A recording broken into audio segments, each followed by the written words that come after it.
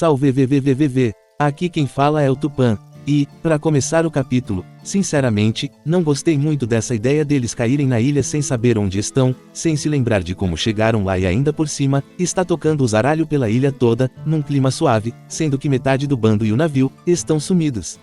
Mas, vou me segurar. Primeiro porque está faltando informações, segundo que pode ou não ser de propósito. Claro que, se você tirar o véu da empolgação, esse início é qualquer coisa. Bom, começando na capa, temos o Yamato, que aparentemente, pegou a missão dos sequestros e foi até o Inuarashi, atual daimyo de Kuri, para pegar informações. Segundo a descrição, o Inuarashi está muito preocupado. Eu consigo ver, a preocupação quase não cabe dentro dele. Já o Yamato, o pivete está comendo 2 bolinhos de uma vez, das duas uma, ou é fome, ou é olho grande. Mas bem, o arco começa, e começa com o bando criando confusão. De repente um incêndio começa e podemos ver alguns gigantes preocupados que o fogo chegue na Yggdrasil, então eles correm para apagar.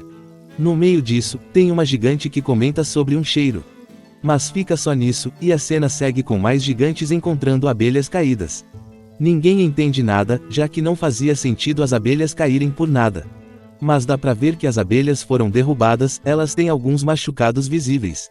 E outro detalhe nessa cena é as casas. A ideia sobre a Nami estar num castelo de brinquedo já caiu no esquecimento. Aparentemente, todas as casas têm essa aparência de Lego. E outra, essa é a Yggdrasil? Esperava mais em, muito Michuruca. E outra, até esse capítulo, as referências eram as casas de madeira do arco da Big Mãe, no entanto, como essas são de pedra, faz sentido serem diferentes. Mas enfim, na cena seguinte, descobrimos algumas coisas. Primeiro, o cheiro que a Nami gigante comentou ter sentido, veio de um crime. Temos 2 gigantes trocando informações, e o cabeludo revela que o deus Orelha foi derrotado. Claro que, bater no coelho é o de menos, o problema é que assaram a merda do coelho. E com isso dito, todo mundo sabe quem fez isso, né? Os cara mataram a merda de um deus, só assim pra fazer os gigantes quererem lutar contra o bando, porque vai ter que ter um conflito. Aí beleza, saímos da confusão em terra e voltamos para o castelo. A construção realmente parece ser de brinquedo, mas acredito que não seja, apesar do que vai acontecer. De qualquer forma, no castelo chamado de Big Stein, descobrimos quem acordou a Nami.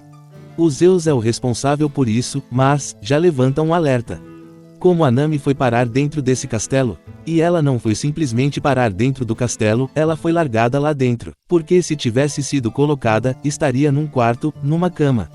Porém, ela acordou em um corredor aleatório.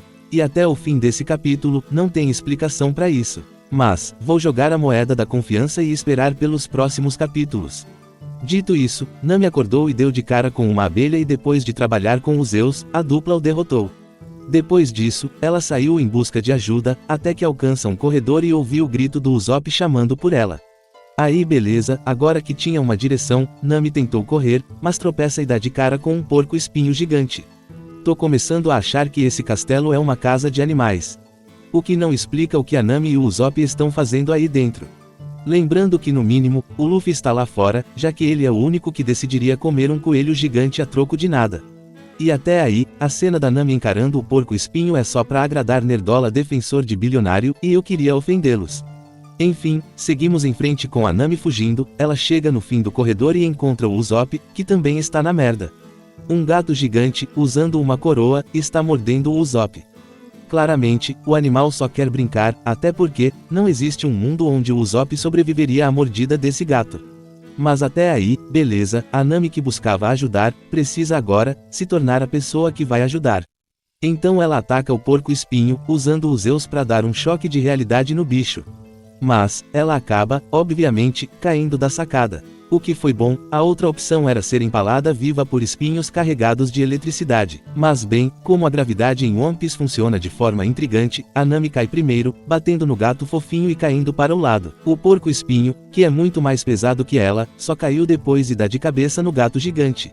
Nesse momento, o Usopp recebe um livramento, o gato solta ele meio segundo antes de tomar a descarga elétrica do porquinho e blau, problema resolvido, só que não. O gato sobrevive ao raio e a dupla começa a fugir. Enquanto fogem, Nami tenta entender o que aconteceu, ela não lembra de nada, nem de quando trocou a roupa. Mas o Usopp não está melhor, o animal se lembra de menos ainda, é capaz dele ter acordado já na boca do gato. Mas beleza, a Nami não se abala, ela forma uma teoria. Ela lembrou do tal do absinto, que pra quem não entendeu, ele é igualzinho ao Flash negro de Jujutsu. Enfim, Nami acredita que tudo é uma ilusão. Uma alucinação causada pelo absinto. O que se fosse, seria algo criado pelo próprio Deus das ilusões. Aí, acho interessante dizer, né? As pessoas costumam dizer que o mundo é dos inteligentes, mas o que seria dos inteligentes sem os idiotas? Já pensou nisso? Exemplo, a Nami jogou a ideia de ser uma alucinação, e o Usopp simplesmente comprou a ideia. Essa mulher vende curso pra qualquer um. Mas enfim, Usopp aposta que tudo é uma ilusão, sendo que, meio segundo atrás, a suposta ilusão estava mordendo ele. Ou seja, a mão invisível tomou o controle. Bom, Usopp toma um tapa na cara do gato, mas ele segue vivo. Porém, o gato acabou destruindo parte do castelo e caiu junto a Nami e Usopp. Aí, primeiro que achei esse castelo muito frágil. Segundo que, como a dupla segue viva, né? Bom, além do mistério sobre como eles sobrevivem à queda, temos mais dois.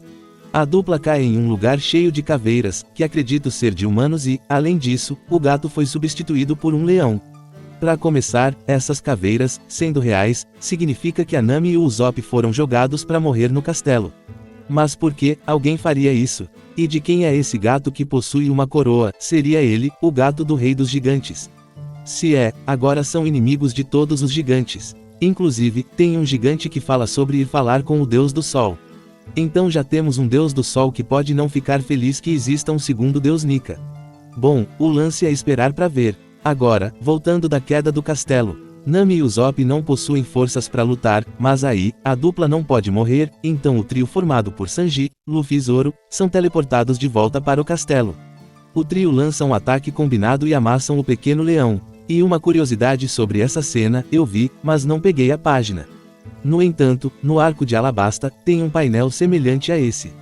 Pra quem é bom de memória, isso acontece quando o Usopp e o camelo são perseguidos por um lagarto no deserto. Acho que o Ace estava junto, mas não lembro. Dessa vez, no lugar do camelo, temos a Nami. E aparentemente, o Chopper não está com eles. Ou, na verdade, foi levado pra ilha, porém, pensando sobre esse castelo, tem animais esquisitos, certo? E se o dono ou dona tiver o hábito de colecionar animais diferentes, uma parada Big Mãe, entendeu? Essa possibilidade existe, mas no momento, todos os envolvidos, são aqueles que estiveram em Little Garden. Bom, voltando para a Batalha do Gato, depois do ataque combinado, o grande leão se transformou e voltou a ser o pequeno gato de antes. Não tenho outra resposta que não seja, o gato comeu um fruto. E, com a derrota do gato, o grupo se reuniu.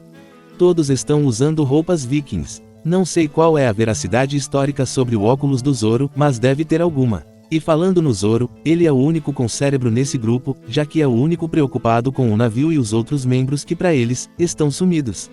A segurança de todos é o mais importante na visão do Zoro. E foi isso, o capítulo respondeu algumas coisas. Confirmou que eles de fato estão em Elbaf. Mas falta explicar o porquê Brog e os outros não chegaram, foi só porque não tinha alguém guiando o navio.